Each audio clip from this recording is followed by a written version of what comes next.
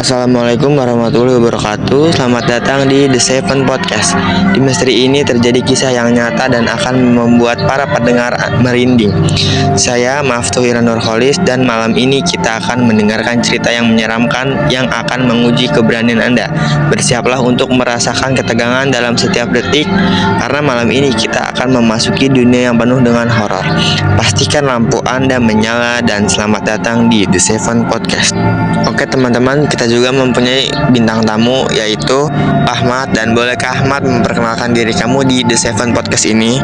Oke, perkenalkan, nama saya Ahmad Fadila. Saya salah satu siswa SMKN 2 Cibinong dari kelas Broadcasting 2. Saya ingin menceritakan pengalaman teman saya yang diceritakan kepada saya.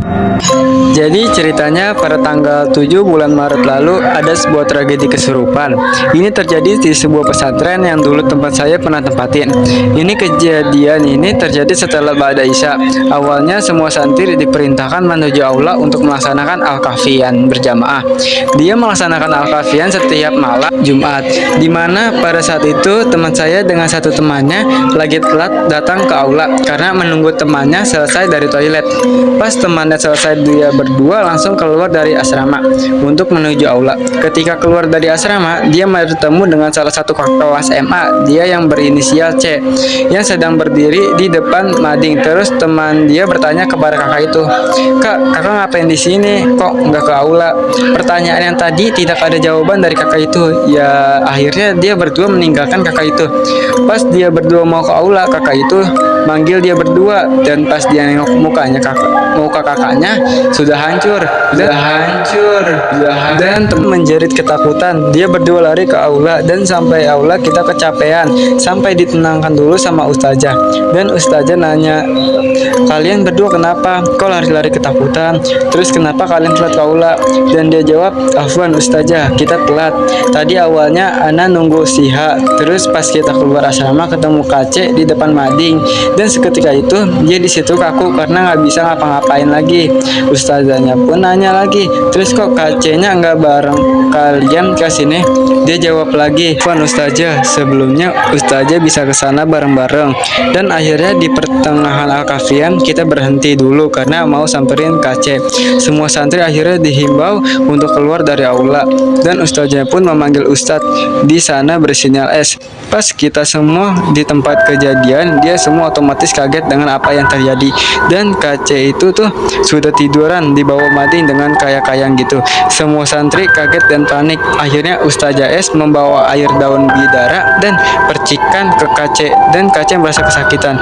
Ustazah S pun membaca ayat kursi dan surat 3 kul. KC semakin kesakitan, dan akhirnya setelah selama 1 jaman kurang, KC sadar dan pingsan. KC pun dibawa ke ruang UKS yang ada di pesantren, dan akhirnya semua lega, tetapi masih banyak santri yang merasa panik karena kejadian tersebut. Dan dihimbau semua santri setelah ini jangan ada yang ke asrama untuk melanjutkan Al-Kahfian berjamaah, dan dilanjut dengan tilawah jamaah di asrama MA khususnya. By the way, ini cerita teman saya yang saya ceritakan kepada The Seven Podcast. Oke, ini gue ada sedikit pertanyaan buat lo. Kira-kira itu kejadian tahun berapa ya? Oke, ini kejadian pada tahun 2024. Terus kira-kira itu kejadian di pesantrennya daerah mana? Oke, kalau buat kejadian di pesantren mana, ini kejadian di salah satu pesantren di daerah Cianjur, Jawa Barat. Apa lo kenal sama kakak itu? Oke, kata teman saya sih dia sangat kenal sekali dengan kakak itu karena gedung dia berdekatan dengan kakak tersebut. Apakah semua siswa-siswi itu tahu dengan kejadian kesurupan itu? Tidak semua santri tahu akan kejadian tersebut karena ada beberapa santri yang sedang izin pulang karena ada acara di rumahnya. Kira-kira kakak C ini mengetahui nggak kalau dia itu kesurupan, dan orang tuanya tahu nggak kalau dia kesurupan?